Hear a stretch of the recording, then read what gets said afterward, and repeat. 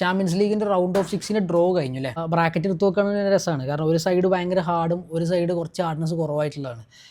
ഒരു സൈഡ് എടുത്ത് നോക്കുകയാണെന്നുണ്ടെങ്കിൽ ചെൽസി PSG ആണ് ഒരു കളി വരുന്നത്. രണ്ടാമത്തെ കളി ഗാലറ്റസറേ ലിവർപൂളാണ് കളി വരുന്നത്. പിന്നെ ഒരു കളി വരുന്നത് റിയൽ മാഡ്രിഡും മാഞ്ചസ്റ്റർ സിറ്റി. കഴിഞ്ഞ 7 വർഷത്തിനിടയിൽ 6ാം തവണയാണ് ഇവർ തമ്മിൽ ഏറ്റുമുട്ടുന്നത്. പറയുമ്പോൾ നമുക്ക് തന്നെ കണ്ടുമടുത്തു സിറ്റിയും റയലും തമ്മിലുള്ള കളി.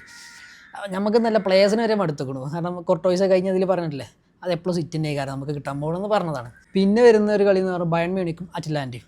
രസം എന്താ വെച്ചാൽ ഇവരിൽ ആര് ജയിച്ചാലും ഇപ്പോൾ PSG ചെൽസി ജയിച്ചു കഴിഞ്ഞാൽ അവർ മുട്ടാൻ പോകുന്നത് ലിവർപൂളിനേറ്റിക്കാരം. റിയൽ മാഡ്രിഡ് മാൻ സിറ്റി കളിയിൽ ആരെങ്കിലും ജയിച്ചു കഴിഞ്ഞാൽ അവർ മുട്ടാൻ പോകുന്നത് ബയണോ അല്ലെങ്കിൽ അറ്റ്ലാന്റ ആയിരിക്കും. നല്ലൊരു മാച്ച് തന്നെ ആ ഒരു സൈഡിൽ നിന്ന് കാണാൻ പറ്റും. ഇപ്പുറം സൈഡ് എടുത്ത് നോക്കുകയാണെന്നുണ്ടെങ്കിൽ മെയിനായിട്ട് പറയാൻ പറഞ്ഞാൽ നമുക്ക് ബാഴ്സലോണ ആഴ്സണൽ. ഇപ്പോൾ ബാഴ്സലോണയും ന്യൂക്കാസിലുമാണ് തമ്മിൽ കളി. പിന്നെ ടോട്ടനാമും അത്ലറ്റിക്കോ മാഡ്രിഡും, അതുപോലെ തന്നെ ബോദോ ഗ്ലിംത്തും സ്പോർട്ടിങ്ങും. പിന്നെ ഉള്ളത് ലെവർകൂസനും ആഴ്സണലുമാണ്. അപ്പോൾ ഇതിൽ അത്ലറ്റിക്കോ മാഡ്രിഡും ടോട്ടനാമും ജയിക്കുന്നവർ ബാഴ്സലോണ അല്ലെങ്കിൽ ന്യൂക്കാസിലുമായിട്ട് ആയിരിക്കും. ബോദോ ഗ്ലിംത്തിൽ സ്പോർട്ടിംഗ് ജയിക്കുന്നവർ ആഴ്സണലോ അല്ലെങ്കിൽ ലെവർകൂസനും മറ്റായിരിക്കും. അപ്പോൾ ഇൻ കേസ് ബാഴ്സലോണ ഫൈനൽ എത്തുകയാണെന്നുണ്ടെങ്കിൽ ഒരു പക്ഷേ ആഴ്സണലുമായി കളിക്കാൻ ചാൻസ് ഉണ്ട് എന്നുള്ളതാണ്. ഇപ്പുറത്താണെന്നുണ്ടെങ്കിൽ നമുക്കൊന്നും പറയാൻ പറ്റില്ല, കാരണം അത്രയും ടീമുകളാണ്.